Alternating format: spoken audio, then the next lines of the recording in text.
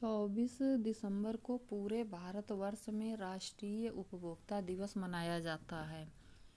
भारतीय सेना और बैंक ऑफ बड़ौदा ने बड़ौदा सैन्य वेतन पैकेज के लिए समझौता किया है। उत्तराखंड विधानसभा ने 22 दिसंबर 2020 को 4063 करोड़ रुपए का अनुपूरक बजट पास किया।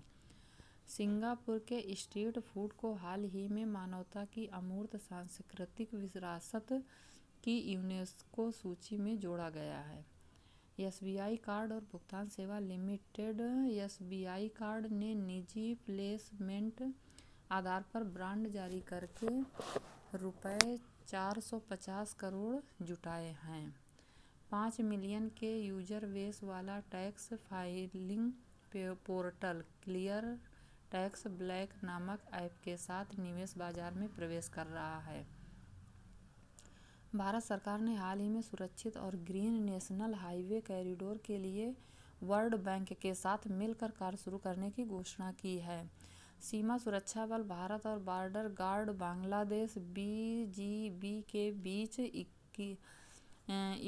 51वीं डीजी स्तर की वार्ता 22 दिसंबर 2020 को गुवाहाटी में शुरू हुई।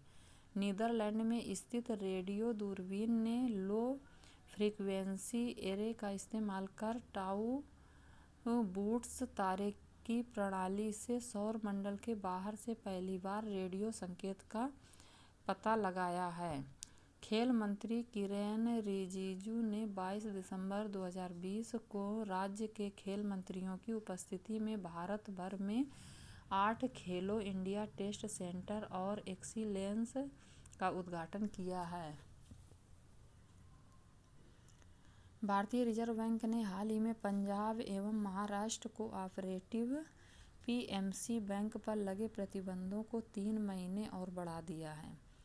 दुबई ने फाइजर इंक और बायोएनटेक एसई द्वारा विकसित कोरोना वायरस टीके का उपयोग करके 23 दिसंबर 2020 से एक मुफ्त टीकाकरण अभियान शुरू किया है। चीन ने गुइझोउ में पिंगटांग में हाल ही में विश्व के सबसे बड़े रेडियो टेलीस्कोप 500 मीटर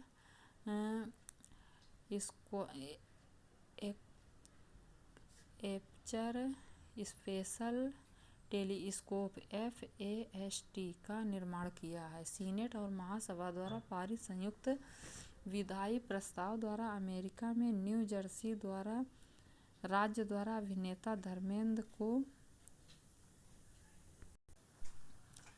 धर्मेंद्र को सिनेमा में अपने खास योगदान के लिए लाइफ टाइम अचीवमेंट पुरस्कार से सम्मानित किया गया है।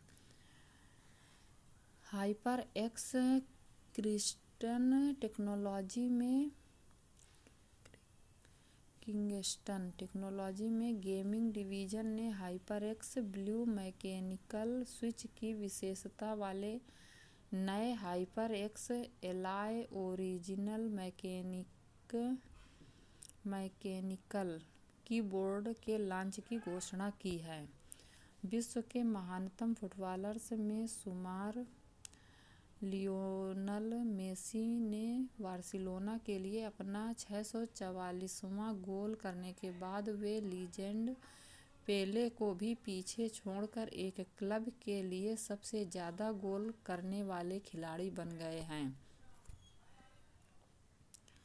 APEDA कृषि और प्रसंस्कृत खाद्य उत्पाद निर्यात विकास प्राधिकरण ने 21 दिसंबर 2020 को थाईलैंड में भारतीय दूतावास के साथ मिलकर एक आभासी क्रेता विक्रेता मीट BSM का आयोजन किया है।